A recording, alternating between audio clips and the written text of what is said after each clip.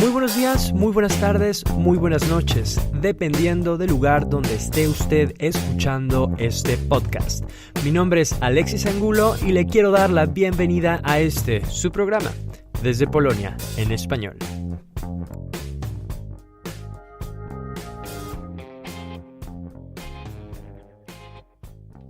Muchas gracias por estar con nosotros en una edición más de Desde Polonia en español. Esta vez vamos a hablar un poco de filosofía. Tenemos al filósofo Luis Martínez Andrade, quien está de visita en Polonia porque va a dar una conferencia, entre otras cosas también personales. Él es mexicano, vive y trabaja, estudia, investiga aquí en Europa y vamos a intentar buscar todas esas intersecciones, de qué manera podemos aplicar su experiencia a Polonia. Luis, ¿cómo es que estás tan conectado con Polonia? Porque estoy yo seguro que, aunque estés a distancia, estés viviendo en este momento en Bruselas, estás todo el tiempo conectado, muy conectado con Polonia, ¿no? ¿Cuáles son esas conexiones? Bueno, antes que nada, Alexis, muchísimas gracias por invitarme a tu programa, por permitirme compartir un poco de las temáticas que he venido trabajando ya desde hace tiempo con tu público. Y mi relación con Polonia tiene que ver con que estoy casado con una polaca, una socióloga que conocí hace muchos años en Francia, en la época que ella hacía Erasmus, ¿no? Y yo estaba haciendo la maestría. Nos conocimos y pues me pasó lo que le pasó a Walter Benjamin en Capri cuando conoció hacia Sassis, ¿no? Se enamoró de unos bellos ojos y así. Y por eso digamos que ya tengo parte de familia aquí en Polonia. Bueno, esa es una cosa. Lo que también, te da bastante campo para poder entender a los polacos, o por lo menos desde la perspectiva de tu esposa y tu familia, ¿no? Porque también tus hijos son polacos. Claro, no, evidentemente, cuando uno se establece vínculos, ¿no? Emocionales con una persona que no es necesariamente de tu país, uno tiene que empieza a descubrir, ¿no? La subjetividad de la otra persona. Entonces, pues uno se empieza a empapar un poquito, ¿no? De la cultura y sí, las cuestiones políticas. Y claro, digamos, es otro motivo por el cual, me intenté incluso aprender polaco, aunque es muy difícil. Ajá. ¿Sigues estudiándolo? Ahora menos, pero digamos con mis hijos practico. ¿Ellos hablan bien? Sí. Ajá. ¿Toman sí. clases allá? No. Decidimos desde que nacieron los niños que mi esposa les iba a hablar en polaco y yo en español. Entonces ellos son, si la lengua franca es el español en casa, pero básicamente mis niños con mi esposa hablan en polaco. ¿Hablan fuera de la casa? Los niños van a un kinder en francés, ¿no? Entonces, digamos... Francés, polaco, español. Sí. ¿Y después el flamenco? ¿Qué? No lo sabemos, ¿no? Eso, no, por el momento estamos avecinados en Bruselas, pero... Pues no sabemos por el momento dónde vamos a echar raíces, ¿no? Nos hemos vuelto una especie de caravana, ¿no? Un poco estamos en muchos mundos, ¿no? Pero qué excelente localización también, Bruselas. Debe ser un lugar muy global desde las escuelas, ¿no? También. Sí, claro, evidentemente estar en Bruselas te permite observar de un lado ese mito de la Europa unida, ¿no? Pues recuerda que ahí tienes la OTAN, ¿no? Ahí sí. Tienes también la Troika, ¿no? Tienes la Comisión Europea, que básicamente son las instituciones que sacrificaron Grecia, ¿no? Entonces, por un lado tienes eso, pero por el otro lado también tienes otras formas, si tú quieres, de internacionalismo de clase, ¿no? Otras formas. Sí. Porque tú también hablas de ciertas en tu trabajo. La segunda pregunta era hablar un poco sobre tu trabajo, pero pues creo que ya vamos directamente al contenido de tu trabajo. Hablas de unas estructuras en las que vivimos después de la colonia, estructuras que continúan esa violencia. No sé qué términos utilices tú, como estructuras sociales. Eso es lo que yo percibí. Estructuras que continúan la violencia, perpetúan este sistema colonial. ¿O no podría existir ese capitalismo si no tuviéramos tan arraigado esa discriminación racial? ¿La sientes tú aquí, esa discriminación racial en Europa? El trabajo que yo trato de hacer, ¿no? Desde la sociología La teoría crítica evidentemente toma base a muchas propuestas o escuelas de pensamiento. Por ejemplo, estoy pensando en una corriente muy importante de los años 50 que surge en América Latina, que es la teoría de la dependencia. La teoría de la dependencia es una escuela de pensamiento en los años 50, 60, compuesta sobre todo por economistas y sociólogos que critican en ese momento el discurso del desarrollismo. ¿Cuál era el discurso del desarrollismo? La idea de que, bueno, los países desarrollados se desarrollan porque trabajan más, que ahí encuentras ya un mito, ¿no? Ya sí. Ideológico, ¿no? De que tú eres pobre porque eres flojo, ¿no? Bueno, entonces el movimiento, digamos, de la teoría de la dependencia fue mostrar que es una mentira. Es decir, que el desarrollo el desarrollo de unas naciones, de unos países, no se puede entender sin el subdesarrollo de otros países. Subdesarrollo y desarrollo van de la mano. Ellos evidentemente lo plantean desde la conquista de América Latina, en el sentido de que, bueno, en el siglo XVI, países, por ejemplo, estoy pensando en la península ibérica, que en la Edad Media, no podían ni siquiera manufacturar un producto y no tenían acumulación de materia prima, como es el oro u otros recursos. Es gracias al descubrimiento de las minas de la conquista y después de la explotación de las minas en Potosí o en América Latina, que logran acumular plata, y la plata es el primer patrón de medida a nivel internacional. Entonces entran a partir de la conquista al mercado mundial, y a partir de que se inscriben en el mercado mundial, ellos empiezan a crear las condiciones de lo que después serán sociedades metropolitanas. Es decir, que su riqueza no va a ser en función de que sean sociedades que trabajan más o sean menos corruptas que las otras, sino precisamente a una estructura económica que genera que ellos, expolien recursos naturales, minerales, ¿no? Y eso actualmente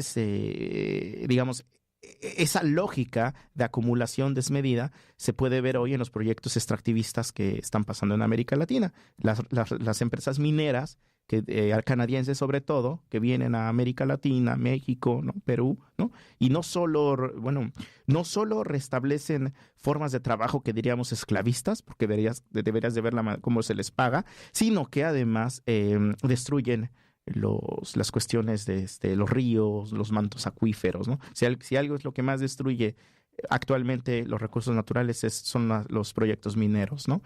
Entonces, la teoría de la dependencia, básicamente estos sociólogos, economistas, intentan explicar que si existe subdesarrollo en muchos países, tiene que ver con esas formas de estructuras coloniales de explotación. Usted me preguntaba sobre Bélgica, ¿no? Bruselas. Vivir en Bruselas me permitió, por ejemplo, también profundizar en, cómo, por ejemplo, en el siglo XIX Europa va a subdesarrollar África, ¿no? Y cómo es posible que un país tan chiquito como Bélgica, que es del tamaño de Yucatán, en el caso mexicano, geográficamente, llega a tener un imperio, ¿no? Llega a expolia los recursos del Congo, ¿no? De parte de, ¿no? Imagínate tan solo Leopoldo II, que es el famoso emperador que va a conquistar el Congo. Se habla de más o menos de entre 6 y 10 millones de africanos que murieron durante, el imperio de Leopoldo II, ¿no? Y si el Congo y esos países también, África en general y el Congo en particular han sido empobrecidos, tiene que ver con esas formas de extractivismo que Europa implementó. Otra de las escuelas de pensamiento que me ha servido mucho es algo que se conoce como el giro decolonial, es decir, en los años 90 surgen pensadores, filósofos, es una escuela interdisciplinaria que intenta ver que la modernidad ha sido pensada, por lo general, por los filósofos, como un momento de emancipación, como si la modernidad fueran lo que los franceses llaman les Lumières o los alemanes el Aufklärung, ¿no? Pero lo que no muestran es que, lo que se critica es que precisamente la modernidad no necesariamente implica formas de emancipación, sino al contrario, también sino que crea nuevas formas de esclavitud, nuevas formas de destrucción, por ejemplo, de los recursos naturales, de la naturaleza, pero también es un proyecto, y aquí hay que subrayarlo, es un proyecto que evidentemente se estructura en función de nuevas categorías o nuevas alteridades que están ligadas a la cuestión de la religión y de la raza, ¿no? Entonces no hay que olvidar, por ejemplo, en el siglo XVI, que a partir de la conquista se va a crear lo que después se conocerá como el fenómeno de la blanquitud, porque usted me comentaba sobre la acción racial, ¿no? Bueno, apenas en México, tuve la oportunidad de estar hace un par de meses, salió una encuesta organizada, no sé por qué organismo, pero gubernamental en México, donde mostraba el grado de racismo que hay en el país, ¿no? Y acentuaba, por ejemplo, que Puebla era una de las ciudades más racistas del país, ¿no? Y bueno, el racismo en todos los sentidos, ¿no? Y entonces yo pienso que esta cuestión de, bueno, o sea, descubrieron que el agua moja, ¿no? O sea, evidentemente o sea, América Latina es una sociedad racista, ¿no? Pero lo que hay que entender es, bueno, cómo funcionan las cuestiones, estas lógicas de racismo, ¿no? Cómo se inscriben en la sociabilidad de la gente, ¿no? Bueno, hay teorías que hablan de una influencia de la iglesia, por ejemplo. Eran las iglesias las que de alguna manera legitimaban esa cuestión racial durante la época del virreinato, y al mismo tiempo la imagen oficial de Dios en la Jornada Mundial de la Juventud, entre paréntesis, católica, fue un hombre blanco. Y en este evento había personas de todo el mundo. Entonces, se nos olvidan esos elementos semióticos que inconscientemente me parece que están impactando en la manera en la que nosotros entendemos las razas. Hay un filósofo ecuatoriano mexicano, ya murió, muy importante, que se llamaba Bolívar Echeverría.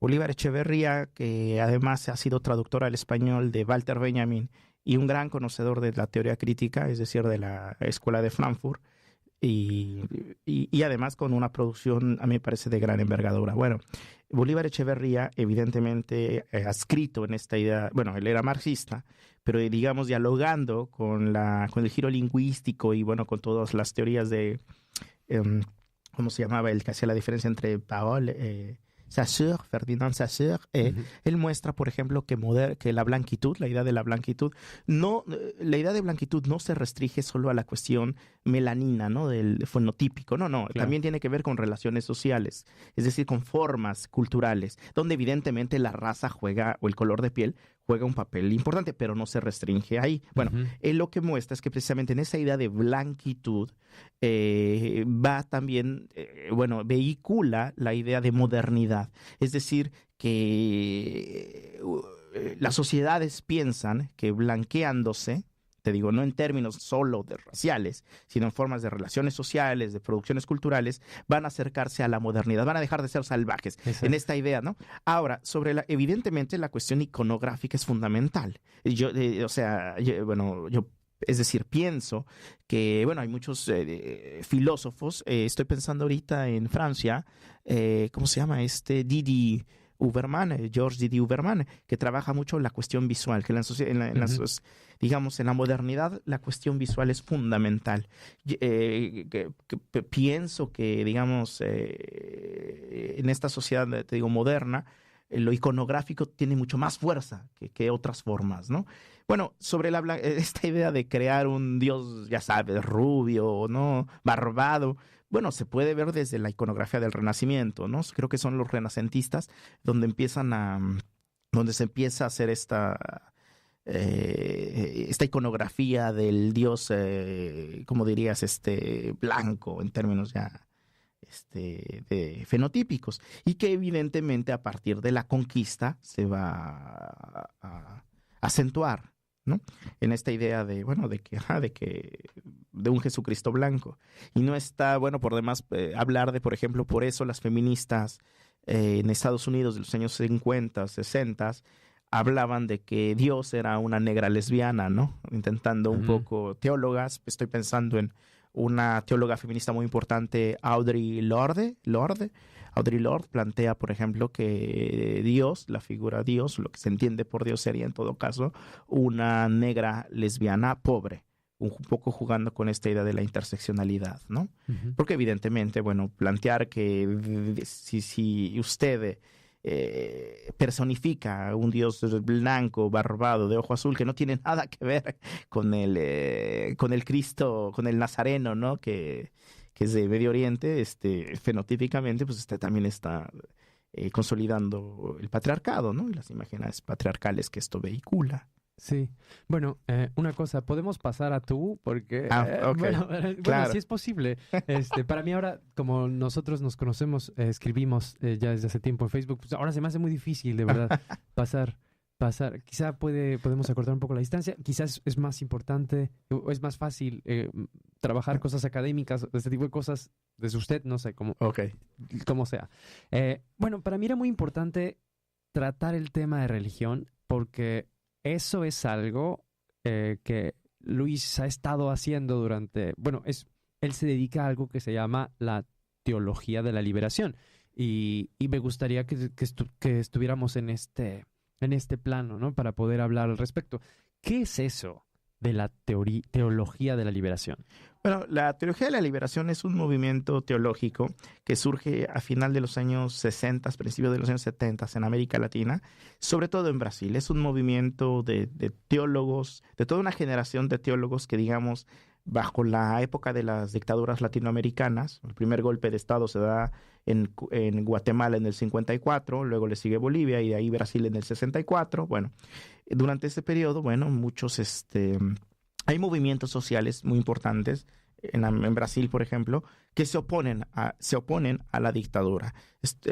Hay movimientos, por ejemplo, en las universidades, el movimiento de la juventud universitariana cristiana, pero también movimientos de las comunidades eclesiales de base, es decir, movimientos formados tanto por católicos como por laicos, pero también ateos, porque también habían militantes comunistas, ¿no? Que, digamos, forman una especie de frente único, ¿no?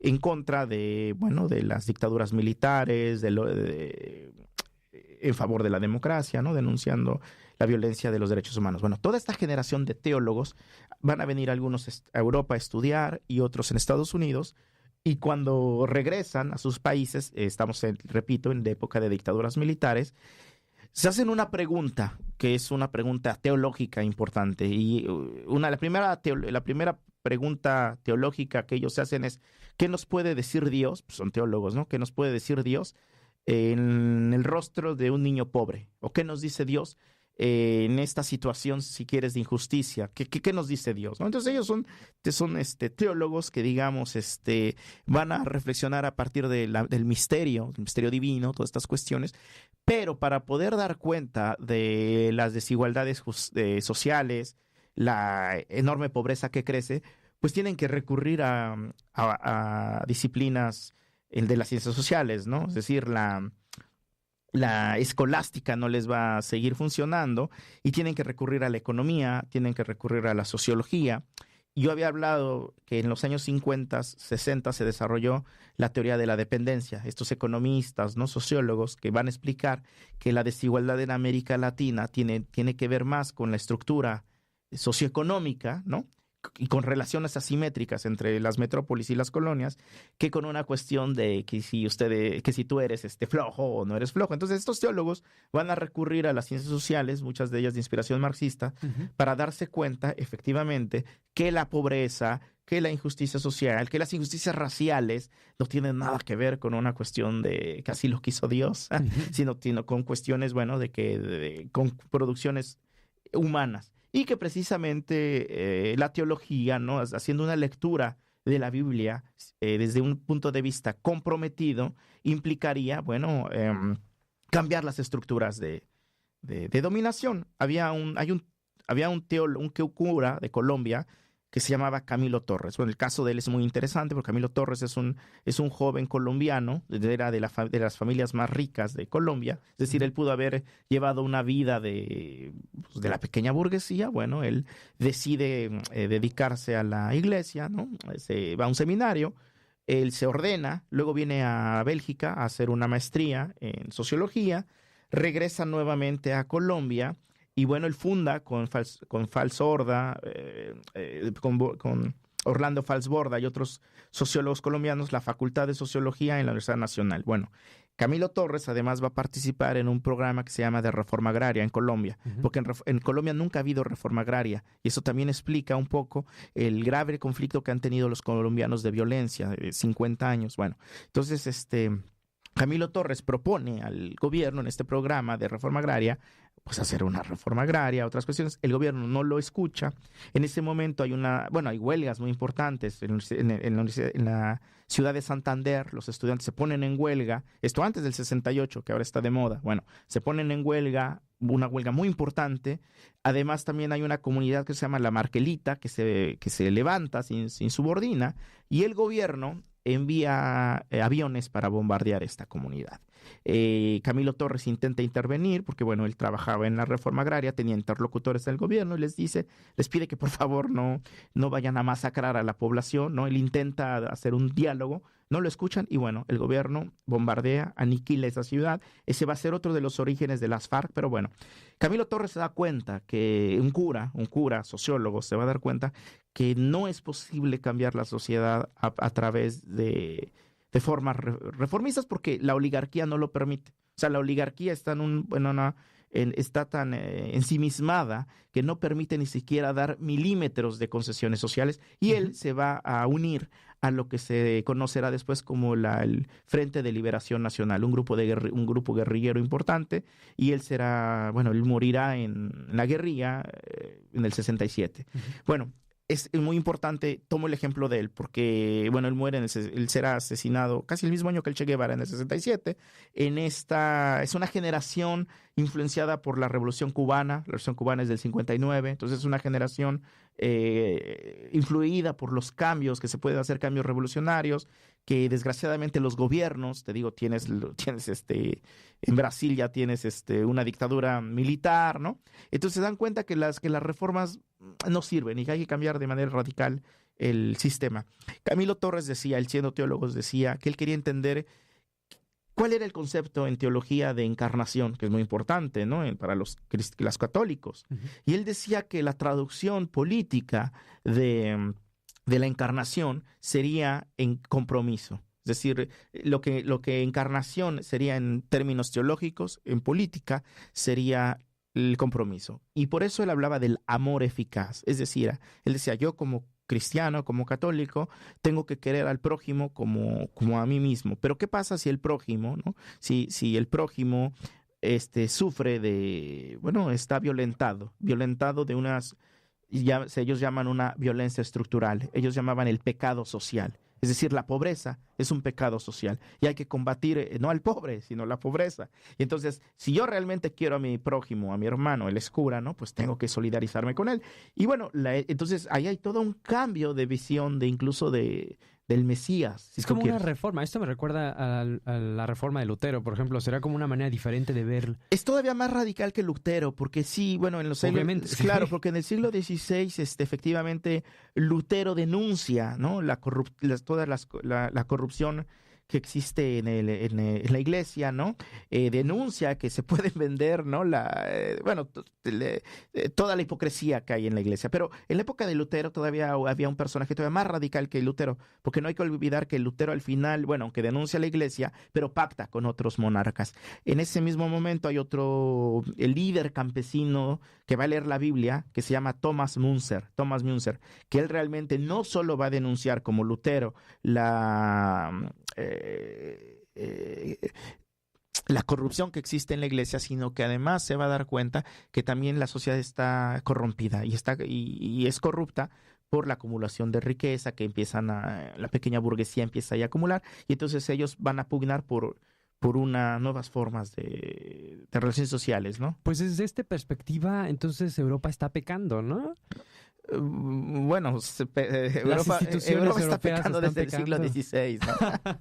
Sí, claro, ¿no? Bueno, Europa, pues, cerrándose como fortaleza fascista, cerrando sus fronteras, olvidando la hospitalidad. Y, por ejemplo, Polonia no debería de olvidar que durante la Segunda Guerra Mundial muchos países le abrieron la puerta. Y tan solo piensa en México, ¿no? ¿Cuántos polacos llegaron en la época de Lázaro Cárdenas, claro, españoles, que estaban siendo asesinados por la dictadura franquista, ¿no? Y, bueno, Lázaro Cárdenas les manda un barco y es gracias a Lázaro Cárdenas que llegan a vivir a México tipos como Adolfo Sánchez Vázquez, como José Gaós, filósofos traductores de Max Weber, ¿no? El traductor de Marx, no recuerdo su nombre, pero bueno, entonces me parece interesante que Europa está olvidando la solidaridad que en algún momento algunos países les dieron, ¿no? Sobre todo en la época de la Segunda Guerra Mundial. Pero lo que me parece aquí interesante, bueno, en el caso de Polonia especialmente, es que esos, bueno, el grupo que representa un poco esta visión más, ellos le llaman un poco antimulticultural también, que más bien sería como anticomunistas. Para ellos es como, es comunista, ¿no? El tener una idea muy multicultural. También si nos vamos a lo que decía uno de los fundadores quizá de la República de Polonia, después en el momento de la al terminar la Primera Guerra Mundial, Dmowski, no sé si has escuchado de Roman Dmowski, quien pues al mismo tiempo tiene una idea un poco enfocada en esta cuestión racial, decir que los ucranianos, por ejemplo, son débiles y los ucranianos necesitan, bueno, alguien que les enseñe, y tratar también desde arriba, ¿no? Muchas veces los polacos piensan un poco más en verse a sí mismos como víctimas, porque así han sido enseñados durante mucho tiempo. Han sido enseñados que fueron víctimas de la guerra mundial, es que son víctimas de los imperios que están al lado, pero al mismo tiempo el polaco con muchísimo gusto se identifica con este grupo europeo, no solamente por cuestión racial, sino también por identidad, ¿no? Quizá, como has dicho, ¿no? La blanquitud no es solamente lo físico, sino también con unas ideas que quizá me voy a referir a lo que decías antes, míticas, ¿no? De la Europa unida, de la Europa no solamente unida, sino quizás no pecadora, quizá la Europa que ve por los derechos humanos. Y bueno, de esta manera, ¿cómo podríamos traerlo, esta idea? Nos hace falta una teología de la liberación quizás acá en Polonia. Bueno, yo iba a decir dos cosas. La primera es que efectivamente gran parte de la derechización que hay en esta sociedad tiene que ver con el papel que jugó Juan Pablo II.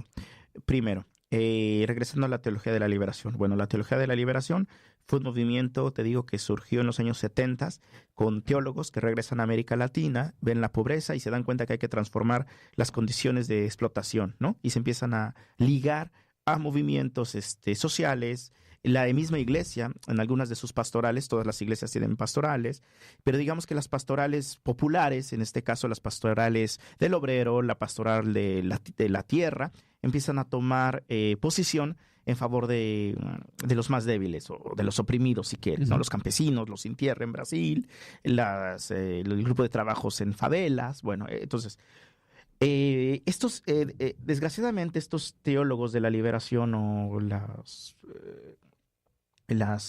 parte que se ligó a la teología de la liberación sufrió represión, y sufrió represión por dos lados. Del lado exterior, si quieres, recuerda que estamos en la época de la doctrina de la seguridad nacional, donde efectivamente, estamos hablando de la CIA, ¿no? De la CIA, los escuadrones de la muerte, todo lo que, digamos, los que colaboraban con las dictaduras. Entonces, muchos militares y escuadrones de la muerte asesinaron curas. Por ejemplo, hay que recordar en El Salvador a Monseñor Romero, y a otros tantos en Guatemala, Angelele y muchos más. No, Angelele fue en Argentina, en Guatemala era el otro. Pero bueno, hubo represión tanto por el lado político de la seguridad nacional, pero también dentro de la iglesia. Muchos sacerdotes, teólogos fueron reprendidos, fueron castigados. Y hubo dos personajes, si tú quieres, que fomentaron eso. Por un lado, Karol Wojtyła, Juan Pablo II, porque bueno, con esta idea de luchar contra el comunismo, él nunca entendió, él pensaba que la teología de la liberación eran comunistas disfrazados de curas. Y entonces, bueno, él a través de, en ese momento, el prefecto de la Congregación de la Fe, la Congregación de la Fe es lo que antes era la Santa Inquisición. Y el responsable, es decir, ese que si eras hereje te quemaban, ¿no? Ahora, bueno, pues ahora nos pueden quemar la iglesia, ¿no? Pero bueno, si pudieran lo harían, yo pienso, ¿no? Pero bueno, ya no tiene ese poder. Pero en ese momento, el encargado de la Congregación de la Doctrina de la Fe, de la Santa Inquisición moderna, era un señor llamado Ratzinger, que después vendría siendo Benedicto XVI. Bueno, esta mancuerna, Juan Pablo II, Ratzinger, fueron muy importantes para precisamente frenar y castigar la ola de teólogos de la liberación y teólogas que hubo en América Latina. ¿Cómo los castigaba? Bueno, habían muchos métodos. Uno era, bueno, pues la mayoría son teólogos, es decir, forman parte de la Iglesia Católica. Bueno, los llamaban, les abrían un juicio y, por ejemplo, hubo teólogos como Hans Kung que fueron de plano echados de la Iglesia, ¿no? A otros como Leonardo Boff en 1984, a raíz de su libro Iglesia, Carisma y Poder, lo castigaron diciendo que, bueno, durante un año no podía publicar ni dar clases. Incluso, no recuerdo si lo mandaron a China o a Japón, ¿no? Pero bueno, era la manera como la Iglesia actúa. Otra manera es, bueno, en Brasil fue por Juan Pablo II que cerraron muchos seminarios progresistas, es decir, seminarios donde a los estudiantes que iban a ser curas se les estaba enseñando este tipo de teología, una teología progresista, ¿no? Uh-huh. Entonces, Juan Pablo II fue uno de los responsables en atacar de manera directa la teología de la liberación. Y bueno, Juan Pablo II era polaco, ¿no? Entonces, evidentemente no iba a permitir que en Polonia, ¿no?, llegaran este tipo de ideas, ¿no? Y yo creo que gran parte, en el caso polaco, de por qué la sociedad se ha derechizado, es conservadora, tiene mucho que ver con este papel de Juan Pablo II y sobre todo de la Iglesia polaca. Sí, se ha hablado mucho del papel de la Iglesia en contra, ¿no?, de los soviéticos, se habla del movimiento Solidarność, claro, ¿no?, Solidaridad, todo eso. Pero bueno, podríamos hablar de eso, pero bueno, eso sería por un lado. Ahora, por el lado de lo que tú dices de la cuestión, si tú quieres, de la blanquitud, que no se reduce al color de piel. Bueno, no hay que olvidar, por ejemplo, que en el siglo XIX ya Hegel, el filósofo, decía que Europa comenzaba después de los Pirineos y después de los Alpes. Cuando Hegel hablaba de Europa, no estaba hablando de Polonia, no estaba hablando de Italia, no estaba hablando de España. Hegel estaba hablando sobre todo de Francia, de Alemania y de Dinamarca, de los países escandinavos. Eso también se les olvida. Por eso, por ejemplo, aunque los polacos o los ucranianos o los checos son, si quieres, blancos, pero para los europeos del centro no son considerados europeos. Y eso se ve yo lo veo en términos de ciencias sociales, ¿no? En términos de geopolítica. ¿Cómo son considerados ellos? ¿Como personas de otro nivel? Pues creo que el ejemplo más claro que nos dejó, que Europa le mostró a los mismos europeos quiénes son los verdaderos europeos fue Grecia, ¿no? Cuando Alemania decidió sacrificar Grecia, ¿no? Y España, ¿no?, en la crisis, ¿no? Como que pues la Troika mostró quiénes son los blancos europeos y quiénes son los europeos de segunda, ¿no? Uh-huh. Y bueno, es que ese es otro tema importantísimo, que los polacos durante mucho tiempo han tenido un sentimiento de inferioridad, que yo creo que está cambiando precisamente por las cuestiones políticas, que han aprendido a ver a otras nacionalidades, con superioridad. Entonces creo que eso ha hecho que exista cierto cambio en la manera de identificarse ellos. Ahora que Polonia se abre un poco más, entonces empieza a ver a otras nacionalidades, ya viaja con mucha frecuencia, ven, por ejemplo, ven a las personas en Asia, ven a la pobreza que existe también en Latinoamérica, y se crea como una imagen de que, Latinoamérica entonces es como un país pobre, es como todo es pobre allá en Latinoamérica, o todo es pobre en Asia. Y pues se ve el polaco, se le sube mucho el ego, y eso es algo nuevo, eso es algo que no había existido antes, pero que de todos modos, en el momento en el que se compara con otros países de la Unión Europea, por ejemplo, pues entonces ahí sí contrasta un poco y todavía no tiene, por lo menos no gana lo mismo, por ejemplo, que en otros países europeos. Ni tampoco tiene el mismo nivel de educación, a pesar de que es bueno. Me parece que existe un buen nivel de educación. Hay un profesor, volviendo a tratar este tema, que se llama Václav Reiter, mi ex asesor de tesis, que él habla, incluso escribió un libro que se titula El colonizador colonizado. Así es como él conceptualiza a los polacos en el momento de viajar. Bueno, no en la actualidad, aunque yo creo que se pueden hacer las analogías con la actualidad, cuando él analiza la literatura de los viajeros, ¿no? Especialmente en la época del positivismo, no sé, más o menos siglo XX, principios del siglo XX, siglo XIX. Entonces, pues este profesor dice que pues los polacos sí son personas que de alguna manera fueron colonizadas, pero también continúan y transmiten esa idea de nuevo. Y eso me recuerda, por ejemplo, al polaco que estuvo durante la intervención francesa en México, Konrad Niklevich, que escribió unas memorias de 600 páginas sobre México. De verdad está muy bueno. Sus memorias están muy buenas porque se nota que estuvo ahí, que realmente es una descripción muy buena de todo. Y que de repente empieza a sacar, sí, un poco como cuestiones coloniales, ¿no? Como por ejemplo, se ve a sí mismo, a pesar de que no existía Polonia en el mapa, en teoría, no existía, pero él se consideraba parte del grupo francés, bueno, de la intervención, que venían de lo que era la Legión Francesa, las legiones extranjeras, venía gente de Austria, y entre ellos había muchos polacos que peleaban de todos lados, tanto de los estadounidenses, tanto por lado de los franceses y austriacos. Y él, al escribir su memoria, dice que él era parte de esa semilla que iba a tener que traer la civilización a México. Eso es solamente un ejemplo, ¿no? Pero en realidad él traía toda una idea de que este país no es un país de verdad, porque aquí no tienen el ejército que debe tener un país, no tienen las calles que deben de tener. Y ahora, por ejemplo, hay un señor que se llama Cejrowski, ¿no has escuchado de él? Que es un polaco viajero también. El de los documentales, ¿no? Sí, hace documentales, sí. Y que tiene una carga racista muy fuerte, especialmente contra los musulmanes.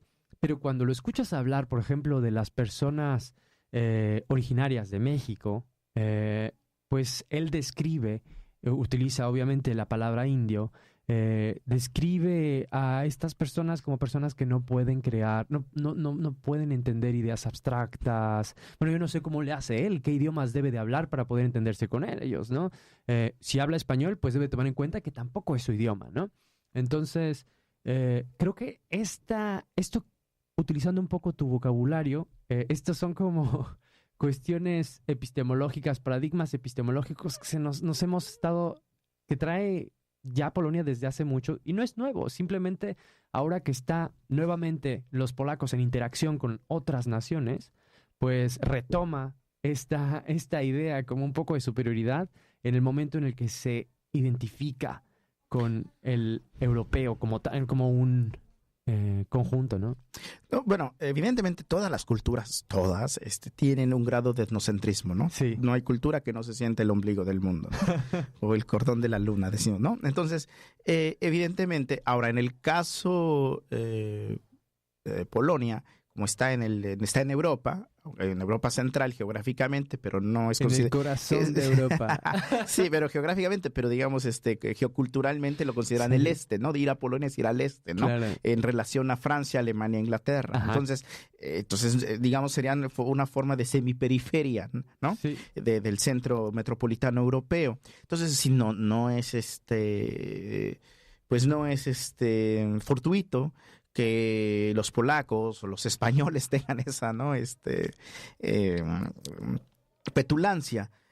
Ahora, claro, evidentemente no es bueno generalizar, ¿no? Es decir, porque de un lado, como tú puedes encontrar este tipo de polacos, ¿no? O irlandeses, ¿no? Que creen que nos van a llevar. ¿Quién es el que hablaba de la pesada tarea del hombre blanco por llevarnos la civilización? Creo que era el poeta Kipling, ¿no? Decía que el hombre blanco tenía esa pesada tarea de llevar la civilización al mundo. Bueno, evidentemente tienes tipos así, pero a mí siempre se me ha ha quedado en la memoria en la época de la Revolución Haitiana, una revolución muy importante, que es gracias a la Revolución Haitiana que se generan las independencias de América Latina, que hubo un grupo de polacos que los enviaron, porque en la época de la guerra ahí, entre Toussaint Louverture, ¿no?, y Napoleón, los polacos estaban esperando que Napoleón también llegara acá a liberarlos, ¿no? Bueno, entonces Napoleón como que les pidió a los polacos que pues le echaran una manita ayudando a luchar allá en Haití, y entonces Napoleón manda a su yerno, el general Leclerc, ¿no? Y llega ahí un grupo de polacos a luchar, y estando en Haití se da cuenta que los haitianos están reivindicando la bandera de la independencia, de la libertad, y que los franceses quieren restablecer la esclavitud que ya había sido abolida. Entonces los polacos, digamos que se quedan en medio y se dan cuenta y dicen, bueno, nosotros en Polonia estamos luchando por eso, porque pues, Polonia había desaparecido del mapa, y toman el lado polaco, ¿no? Perdón, los polacos toman el lado de los haitianos, de los jacobinos negros, como los llamaba este escritor, James, ¿no? Toman el lado de los jacobinos negros, ¿no? Es decir, y se pasan del lado de los haitianos, ¿no? En luchar en contra de la Francia napoleónica que quiere restablecer la esclavitud. Sí. O sea, me parece eso un momento histórico importante, genial, ¿no? Porque el polaco se da cuenta que la emancipación... Conciencia de clase. Pues sí, pues es ontológica, ¿no? Bueno, entonces me parece interesante. Ese es un momento importante, histórico. Otro me parece también cuando fue la guerra entre mexicanos y norteamericanos, igual en el siglo XIX, irlandeses, y creo que una parte de polacos se pasan del lado mexicano. Entonces, ha habido momentos en los que los polacos se dan cuenta que están más de este lado de la periferia. No precisamente, es que también los polacos, yo creo que el lenguaje nos está... Porque tú me has entendido de una manera que estoy generalizando, y yo creo que es algo que yo intento siempre decir en este podcast, que el lenguaje en realidad está limitándonos muchas veces, y a veces voy a generalizar y estoy generalizando, y eso pues qué bueno bueno, en este momento estás tú para poder hacer retroalimentación, quizá para volver a reescribir esto, pero bueno, es importante también decir, en México igual los polacos, hubo unos que se pasaron al bando republicano con Benito Juárez, estamos hablando de todos modos de cuestiones liberales todo el tiempo, conservadores, tratar de darle un sentido a México. No, mira, en el caso mexicano no vayamos lejos, hay muchos polacos que decidieron blanquearse y están del lado de oficialista. Estoy pensando en un Enrique Krause, ¿no? Ah, sí, claro. O sea, y podría dar más nombres, ¿no? Pero es decir, o sea, eso, bueno, no se puede evitar. Hay un historiador muy importante, para que no lo tomen los polacos personal, pero hay un historiador, se me olvida el nombre, de irlandés, que hace el análisis de cómo los irlandeses se blanquean en Estados Unidos. Porque acuérdate, los irlandeses pues, eran colonia de los británicos, el inglés no era considerado su igual de los ingleses. Y entonces, bueno, él hace todo un estudio de cómo las migraciones irlandesas llegan a Estados Unidos, ¿no? En Estados Unidos, bueno, que es un país de mucha migración europea, todo, bueno, y cómo ahí el irlandés, en relación a los puertorriqueños, a los chinos, a los latinoamericanos, se empieza a blanquear, en el sentido de que se empieza a adscribir, empieza a tomar una posición. Si en un primer momento las primeras migraciones irlandesas establecían vínculos con migraciones puertorriqueñas, ¿no? En defensa de causas, solidaridad, poco a poco se van dando cuenta unos grupos de irlandeses que les conviene mejor como crearse un privilegio, ¿no? Y como el irlandés se va separando de estas comunidades, se va blanqueando ya en términos de relaciones sociales, y como después, años más tarde, los irlandeses ya van a ser parte de la población más conservadora de los Estados Unidos, ¿no? Entonces, pues todo esto también relacionado a la nota que acabamos de leer, bueno, también alcanzamos a leerla de reojo, los dos, de la estatua que quitan en una universidad en Ghana, de Gandhi, precisamente, que a pesar de que él fue una persona, un pacifista que busca también la independencia, pues ellos recuerdan que en el momento, durante su juventud, pues tuvo también ideas muy, bueno, racistas, que veían a las personas, utilizar el lenguaje correcto, que ellos decían, utilizaba como un término muy discriminativo hacia los africanos, y los veía como inferiores, y el Gandhi más bien veía a los hindús como, bueno, nosotros no somos iguales a ellos, nosotros estamos más cercanos a los europeos, ¿no? Al Imperio Británico. Entonces, pues es como más de lo mismo, ¿no? De colonizador, colonizado, ¿no? Tratar simplemente de ajustarnos a los símbolos que ya existen para poder legitimar nuestra existencia, quizá vernos a nosotros mismos como personas civilizadas, igual como lo que habíamos tratado antes. Y bueno, aquí entonces a lo que voy es qué es lo que los académicos africanos pues están felices por eso, es lo que estuvieron pidiendo desde hace años, ¿no? Desde hace como unos 2-3 años, por lo que leí. Y obviamente los hindúes tienen una idea diferente de Gandhi. Nosotros mexicanos también tenemos una idea diferente de Gandhi y es difícil que de repente quisiéramos deslegitimarlo, ¿no? Totalmente porque dijo eso. Creo que estamos hablando aquí de un problema en el momento en el que quizás están emancipándose ciertos discursos y estamos entrando en discusiones, ¿no? ¿A qué nos va a llevar todo esto? ¿Es posible también? Te había dicho que quería que tocáramos, ahora no tenemos mucho tiempo para hacerlo, pero que tocáramos el tema de la transmodernidad, ¿no? Bueno, yo lo escuché esto con Dussel, el que dice que estamos... La época de la transmodernidad es cuando ya empiezan las culturas a verse también como cara a cara, ¿no? ¿Está pasando eso? En realidad, ¿tú consideras que estamos realmente ya las culturas creando nuestros discursos y viéndonos de una manera horizontal? Bueno, primero hay que partir que yo creo que no vivimos en un mismo tiempo.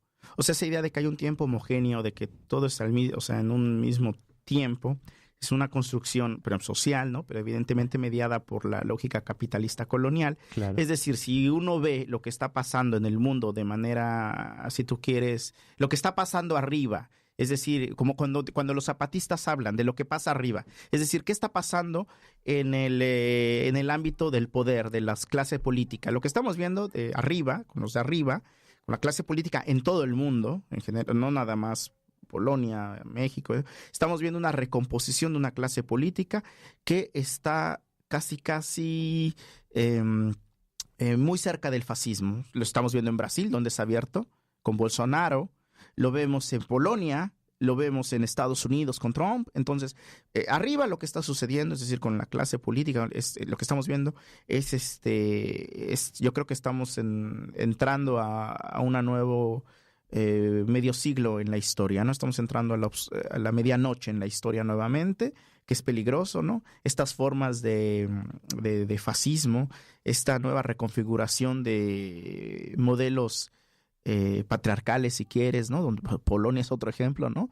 Donde sí hay un patriarcado hegemónico y donde se les está persiguiendo a las mujeres y se les está negando sus derechos, como en Argentina es Polonia, ¿no? Y otros países que podemos mencionar. Eso está pasando arriba. Entonces, arriba lo que está pasando es que la modernidad colonial capitalista se está reconfigurando. Y bueno, recuerda lo que decía Max Horkheimer y Teodoro Adorno, dos sobrevivientes de la Shoah, que quien hable de fascismo sin hablar de capitalismo mejor debería de callarse la boca. Pero eso es, digamos, lo que está pasando arriba. ¿Pero qué está pasando abajo? Y con abajo me estoy refiriendo, si tú quieres, al sur global o el diálogo que se puede establecer entre comunidades periféricas, que un ejemplo fue el Foro Social Mundial. Fue un primer experimento de colectivos, de eventos sociales que intentaron, como dices, ¿no?, verse y abrirse, ¿no?, a otras formas de experiencia. Es decir, que las culturas se vieran como una posibilidad de abrirse a un otro. Es decir, de no estar en identidades fijas, porque al final la identidad es una construcción, no hay una identidad, para no caer en esta cuestión de las raíces, ¿no? O sea, si hay algo que nos está mostrando o que se está acentuando con la globalización, es esa cuestión de la movilidad, de que la identidad es algo movible, algo que vas creando, pero algo que vas creando en relación a enriquecerte con el otro. En ese intercambio, ¿no? Entonces yo creo que abajo lo que está pasando es que las culturas, por ejemplo, ya hay muchos diálogos sur-sur, ya hay muchas escuelas de pensamiento, intercambios incluso, yo diría, culturales entre África y América Latina, sin que pasen ahora por Europa. Eso ya está pasando. O sea, siempre ha habido formas de circuitos, si tú quieres, culturales. No solo la música, se puede ver desde la literatura. Por ejemplo, Jorge Amado, un gran escritor brasileño de los años 50, 40, fue muy leído en la época de las independencias en Mozambique, en Angola. Ok, porque era el mismo idioma, el portugués, pero tú encuentras mucha literatura, digamos, lucifona, que intercambios sin haber pasado por Europa, y así otras formas de pensamiento, teoría. Yo creo que, y la transmodernidad, a lo que apunta Dussel, es precisamente a ese intercambio que se da abajo, es decir, entre culturas que intentan no reproducir formas etnocéntricas, ¿no? No se trata de que nosotros somos más civilizados que ustedes, ¿no? O sea, no se trata de pelear en a ver quién de nosotros está más cercano al modelo hegemónico, sino de lo que se trata es de darnos cuenta que esa modernidad hegemónica, esa modernidad que nos están vendiendo, ese progreso, lo único que trae es catástrofe, es muerte, es barbarie. Entonces de lo que se trata es movilizar los valores que tienen las culturas que han sido negadas por Europa, las culturas no occidentales si quieres, que han sido enviadas como al basurero de la historia, y mostrar que tal vez de esas culturas que han sido enviadas al basurero de la historia, vendrá la respuesta para salir de esta crisis civilizatoria que estamos viviendo. Claro. Una última pregunta quizás, porque yo sé que tú no eres quizá muy fan de Andrés Manuel López Obrador. ¿Quién es Andrés Manuel López Obrador? Bueno, pues es tu presidente legítimo, hablas, ¿no? Hablas de una también, no la cuarta transformación, sino una transformación de cuarta. ¿Él está repitiendo esto? Bueno, mira, a ver, es muy complejo. Primero porque evidentemente ahorita estamos en un momento de eufórico, ¿no? Donde hay mucha gente. Ya empieza a pasarse un poco la euforia, me parece. Pero bueno, yo desde 2005, y desde antes, pero sobre todo en 2005, con la famosa sexta declaración que lanzan los zapatistas, la sexta declaración, donde denuncian que la clase política, que la vía no iba a ser por la vía que nos marcaba la política tradicional, sino que iba a venir desde abajo. A mucha gente se le olvida que, por ejemplo, esa izquierda institucional, recuerda que López Obrador un día dice que hay que mandar al diablo a las instituciones, pero el otro día al mismo tiempo dice que no, que él es respetuoso de la República y bla, bla, bla. Bueno, entonces a mí, pero esto es algo personal, ¿no? O claro. sea, hay 30 millones de mexicanos que no estarán de acuerdo conmigo, pero bueno, para mí López Obrador finalmente es producto del sistema, ¿no? Bueno, pues tan solo hay que ver su biografía. Él viene del PRI de Tabasco, ¿no? Él fue presidente del PRI de Tabasco, fue delegado en la Ciudad de México, cuando las famosas obras que hizo fueron obras para las clases medias, ¿no? O sea, ese famoso segundo piso ni siquiera proecológico era. Ya no digas de cómo mandó a limpiar el Zócalo de la ciudad con sus dos amigos, Carlos Slim, ¿no? Hizo más rico al hombre más rico de México, y a Giuliani, ¿no? Porque era la época del que era el asesor el que hizo lo de Tolerancia Cero, también estuvo ahí como asesor del gobierno de López Obrador, ¿no? Entonces mucha gente se le olvida eso, pero bueno, no solo eso, pues desde el gabinete, ¿no? Me parece muy interesante las acrobacias que hace López Obrador, diciendo que va a ser un gobierno distinto, cuando en este gabinete que te presenta tiene desde tipos como Moctezuma, el empresariado mexicano, tienes a TV Azteca, tienes a los de Televisa. Entonces, bueno, ahora con su famoso Tren Maya que quiere hacer, que es un proyecto antiecológico que ha sido denunciado, pero bueno, ya yo evidentemente no voté por él, yo hice campaña por Marichuy. Mi voto fue, desgraciadamente no se lograron las firmas, pero bueno, yo creo que iría por ahí, el proyecto político en el que yo me adscribiría, pero bueno, esa sería mi respuesta, ¿no? Luis, muchísimas gracias por haber estado aquí de visita. Bueno, esperamos estar en contacto contigo para futuras colaboraciones, que nos avises siempre que estés por acá. Bueno, muchas gracias, Alexis, por la invitación. Bueno, nada más comentarle a los radioescuchas que el próximo año estaré sacando 2 libros en español para los que les interese. Bueno, si quieren un poquito leer más de mi trabajo, el año próximo sale en español un libro que se titula Ecología y Teología de la Liberación, publicado por Herder, la editorial Herder, que es en España. Entonces ahí básicamente abordo la cuestión de qué es la teología de la liberación, qué relación tiene con la ecología. Ese es un libro que estoy preparando. Bueno, ya está mandando a imprenta. Esperemos que esté en febrero. Para los polacos o los europeos que lean español y les interese, sale en la editorial Herder. ¿Y los que lean polaco? Bueno, en polaco salió un libro mío, pero anterior, en el 2000, creo que 16, 15. Religia bez Oskupenia, religión sin redención, creo. No sé si el libro todavía se pueda conseguir. Salió en 2016 la edición polaca. En las bibliotecas está. Seguro. Y también el año próximo, yo pienso que como por marzo, abril, publicaré otro libro que sale en España. Todavía el título no lo tengo exacto, pero es algo como Feminismos del Sur Global. Y es un libro en el que yo compilé 16 entrevistas con feministas, sobre todo de América Latina, que, digamos, ponen en cuestión el feminismo hegemónico, ¿no? Que se dan cuenta que son feminismos, digamos, que mantienen un diálogo crítico con el feminismo individualista, burgués. Entonces entrevisté a 16 investigadoras feministas, entre ellas, bueno, de la argentina Rita Segato, a una mexicana que se llama Sayak Valencia, a Silvia Federici y bueno, otras feministas. Son 16 feministas. El libro sale en España el próximo año igual y son entrevistas por si les interesa ver lo que se está trabajando como feminismos del sur global. Y creo que lo has olvidado también decir que también tienes algunos artículos publicados en Práctica Teoretyczna. Sí, ¿no? bueno. Quizás lo publicas ahí a tanto. Sí, bueno, no, bueno, sí me gustaría hablar un poquito sobre ese proyecto. Práctica Teoretyczna es un proyecto que surgió ya hace más o menos 4 o 5 años y es un proyecto académico. Fue interdisciplinario, colaboran filósofos, sociólogos, pero básicamente filósofos. Y la intención de esta revista, el director de la revista se llama Christian Schatkowski, es un filósofo de la Universidad de Poznań y es un grupo muy, muy, muy grande, ¿no? Básicamente la idea de esta revista, de este proyecto, es repensar el marxismo. Un marxismo abierto en Polonia, porque si gran parte de lo que ha pasado en Polonia es que al marxismo se le ha ubicado o se le liga como con el sistema soviético, ¿no? Se hace una caricatura. Lo que se conoció como marxismo aquí era o el marxismo oficialista, es decir, un marxismo del Diamat, un marxismo caricatural, ¿no? Y entonces lo que nosotros estamos planteando es que hay un marxismo, hay pensadores polacos muy importantes. De hecho, un número se lo dedicamos a Rosa Luxemburgo, esta polaca, que es una gran lectora de Marx, una gran pensadora, ¿no?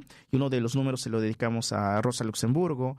Hemos dedicado números a otro tipo de temas, al capital inmaterial, se han dedicado a la ecología, lo hemos dedicado a los comunes. Y entonces básicamente el proyecto de esta revista es repensar el marxismo y la teoría crítica actualmente, ¿no? Desovietizar. Sí, por un lado, y por el otro también poner en cuestión el mainstream de la academia, el mainstream en la academia, ¿no? Que es esta filosofía analítica, de repensar, pensar que no es posible una sociedad postcapitalista, como que no es posible cambiar al capitalismo, ¿no? Y al contrario, lo que nosotros estamos planteando es que que evidentemente existen otras formas y que evidentemente la teoría es otra batalla, es otro lugar de lucha de clases. Y bueno, entonces yo invito a tus radioescuchas que, bueno, la revista sale en polaco sobre todo, a veces publicamos artículos en inglés, pero básicamente es en polaco la revista. La revista se descarga en línea, se puede descargar, es gratuita y bueno, además es avalada por el Instituto de Ciencias, entonces es una revista que da puntos a los que publican. Sí, pero digamos que no es nuestro primer objetivo. Nuestro objetivo es desovietizar, como dijiste muy bien, la Academia Polaca y la sociedad también. Sí. Y bueno, también se han dedicado números sobre la teología de la liberación. También se dedicó hace 2 años un número. Entonces, bueno, invitamos. Bueno, lo que intentamos es establecer un diálogo entre académicos. Vale, pues muchas gracias nuevamente, Luis Martínez Andrade. Mi nombre es Alexis Angulo y nos vemos en una próxima edición de Desde Polonia en Español.